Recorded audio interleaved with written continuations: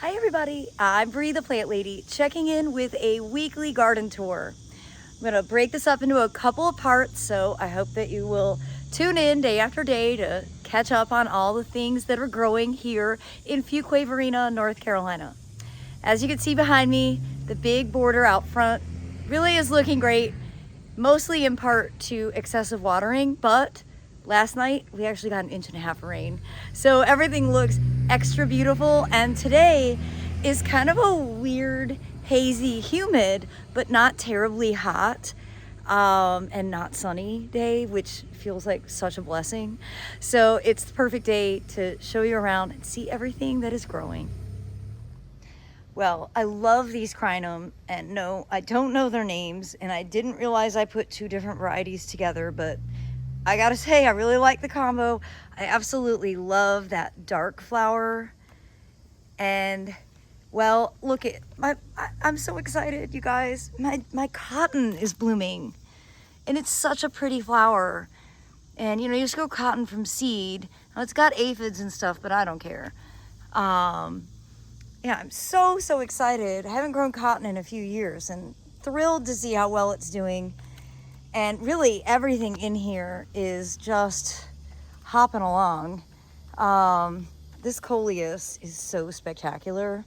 This is one from Proven Winners, and of course that seedless cleome, seedless and thornless cleome from Proven Winners is also great. This nice gomphrena. Basically all of the annuals in here are Proven Winner annuals, and they really are great genetics.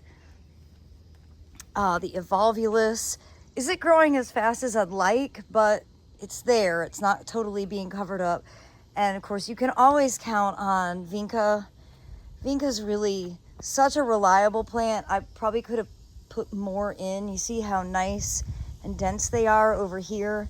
That's what I had intended for the entire border. These just aren't filling in as well, but that's okay. The amazel basil needs to be deflowered, but overall it's doing great. And I've been pruning basil pretty hard, and I just actually put the leaves, like the whole branches, in my spare bathroom bathtub, let them dry, and that way I can grind them and make my own dried basil. But I'm super thrilled with how this border has turned out, and it's only the middle of July. We have months to still be able to enjoy this. This salvia, I know I've pointed it out before, and I don't know the name of it, but it is such a pollinator magnet. I mean, look at all of the bees. And it's like this till sundown, sun up to sundown. It's constantly covered, specifically in bees. I've had a lot of butterflies lately since I've been home. I've only been home 2 days, but I don't see any butterflies right now. But the bee activity on that salvia is really worth noting. Well, not a lot that's good over here, and this isn't good, but I'm actually kind of happy to see that this conifer is dying. And I'm sure that's from the heat. I wanted to take it out, but earlier in the season it wasn't looking bad. Now that it's looking bad, without hesitation I'll be able to cut it down. Of course, when we cut down all of these compact hollies, maybe we'll get to that maybe next week. We'll see. Aiden and I are heading to a trade show on Saturday in Columbus, Ohio, and we get back on Tuesday. So maybe Wednesday we'll actually take on a project, and this is my top priority since we haven't done anything at all to this bed, and it looks wild and crazy. And now that those tiger lilies have bloomed, I feel better about ripping all of them out. I was feeling a bit guilty if we would have done it earlier in the season and not let them flower, because the butterflies love them.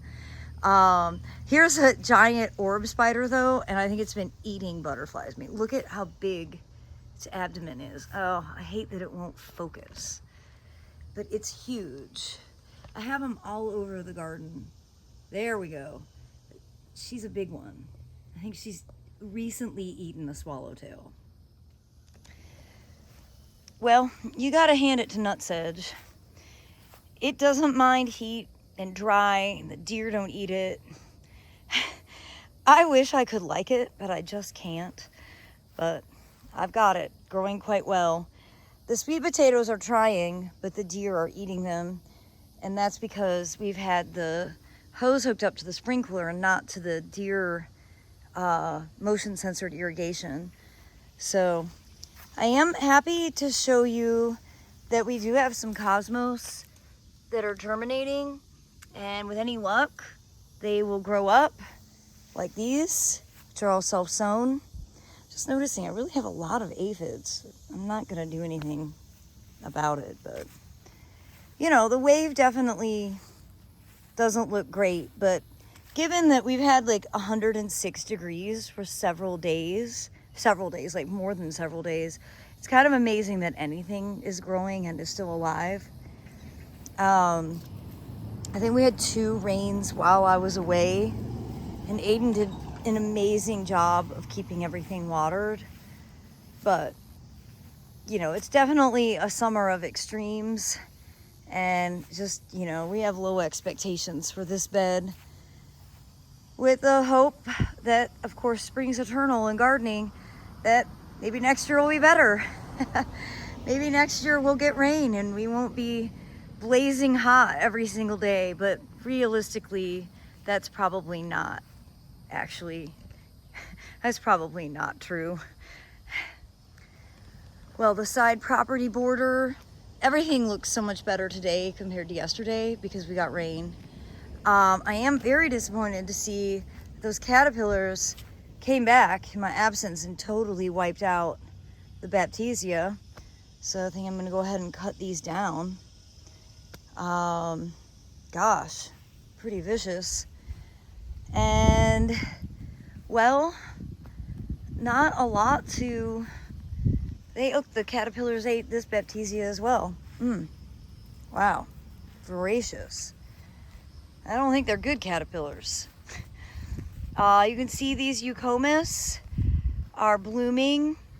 I mean, they've definitely looked better in years past when the climate was not so unbearable, but you know, they are tough plants, especially living here under a live oak, and they are alive and they are blooming, and that actually says a lot for these plants. I've never seen Phlox stolonifera look this bad. That's because these driveway beds don't get watered at all, and yeah, it looks not great. I bet we'll lose sections of it. And I mean, you can see the lichtness of the Silene coronaria, a lot of dieback on that, also from the dry. And yeah, I mean, it's good to see that the Eucomis are sort of recovering, but the damage is done from the extreme dry that we had. And you can see the foliage isn't going to really recover. But hey, we've got a lavender that's alive. Well, that's an accomplishment for North Carolina. Boy, I need to come through here and weed. I've got lots of plants I don't want. Sweet gums and laniceras and pears that are seeding. And I think that's really all from birds. Birds deposit, like the Calicarpa, they're seeded all over the garden. That's from birds depositing it. This is my only dogwood on the entire property. It's also self-seeded here. I did not plant it a foot from the live oak. And I mean, not a lot to be excited about. I never did get around to cutting back this Lespedeza. Look, the dead branches didn't go away. Isn't that amazing? And yeah, I could definitely come in and do some cutbacks, but I think we'll go ahead and put that on the list for later. Just kind of still adjusting to getting back home after a wonderful trip, and preparing to leave again on Saturday. So not really taking on any major garden projects. I know I showed you this patch of phlox in my last tour. Here it is. It's really sad because usually it's really beautiful. It's not all dead. We should mow it down because who really wants to look at this? You know, it's really not, doesn't make you feel like, yay, I'm a good gardener. That's the thing about gardening through drought, is it's not you, it's the climate. You can only do so much watering, and I know I mentioned this probably a month ago, that like we had to start making decisions about which zones we were going to water and which we weren't, and that front bed wasn't on the list. It's, you know, if the plants die, then, well, I probably need to get more yuccas and more drought tolerant plants, because unfortunately summers like this might be normal.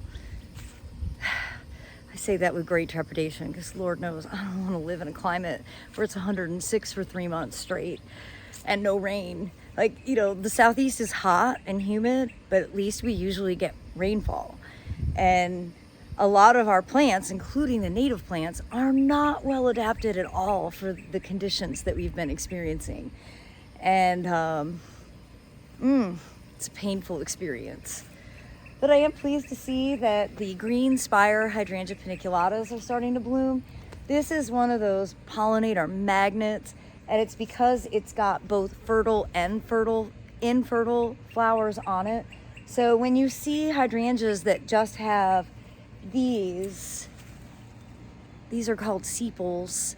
They are actually sterile. They don't produce any nectar. So you really want to get some that have these smaller blooms.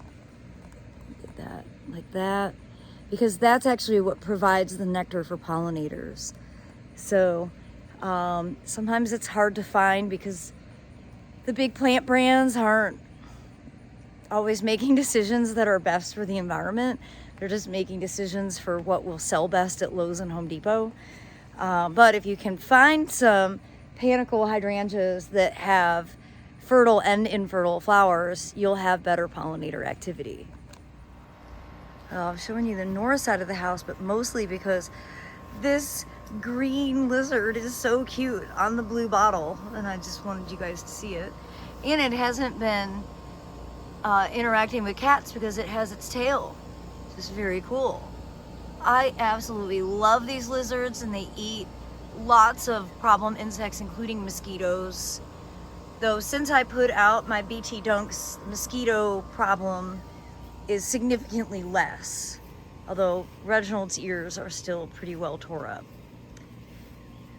And along the north side, I mean, these Asian Carexes are really, really pretty and well adapted. And I did irrigate over here, not excessively, but just to make sure that like I didn't lose the camellias and stuff. And I'm so pleased, you know, the day after an 1.5 inches of rain, your faith is restored and you feel like you can actually do this. We have a terrible forecast ahead of us for next week. So this summer is feeling a little bit manic for all of us gardeners, because it's just really frustrating to be this hot and this dry, and to have plants that aren't adapted to it. You know, we aren't Death Valley. We get like 60 inches of rain annually, usually. So the plants aren't accustomed to being with no water. Now I wanted to show you another panicle hydrangea that really doesn't benefit pollinators all that much, because you see it's got only the infertile flowers on it. So this is sort of what not to get.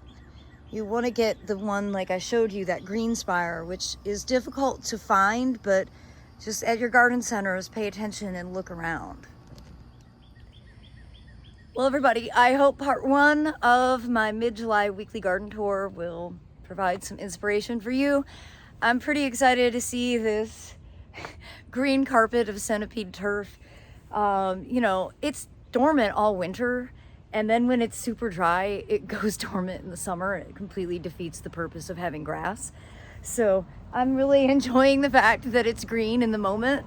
And I look forward to sharing another update with you tomorrow, showcasing everything growing in the back gardens. As always, thanks so much for watching. Happy gardening.